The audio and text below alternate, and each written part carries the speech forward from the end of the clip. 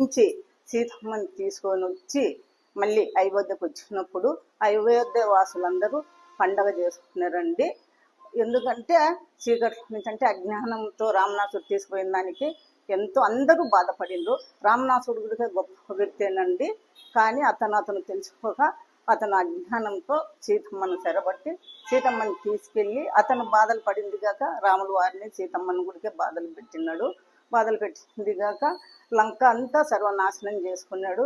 వాళ్ళ జనాలు నాశనం అయిపోయిండు, అతను నాశనం అయిపోయి దానివల్ల ఏం ఉపయోగం రాలే. కాబట్టి అక్కడి నుంచి చీకట్లో నుంచి చీకటి అంటే అజ్ఞానం అండి, వెలుతురు అంటే జ్ఞానము.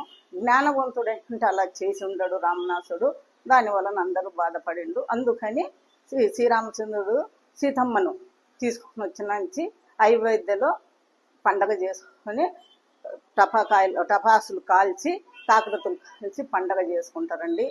అది ఒకటి నాకు తెలుసు, తాత చెప్పేవాడి ఇట్లమ్మ.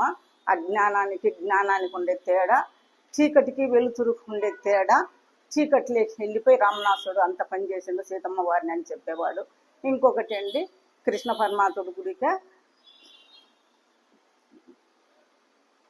లంకేశ్వరుడు గుడిక అలాగే చేసిండండి.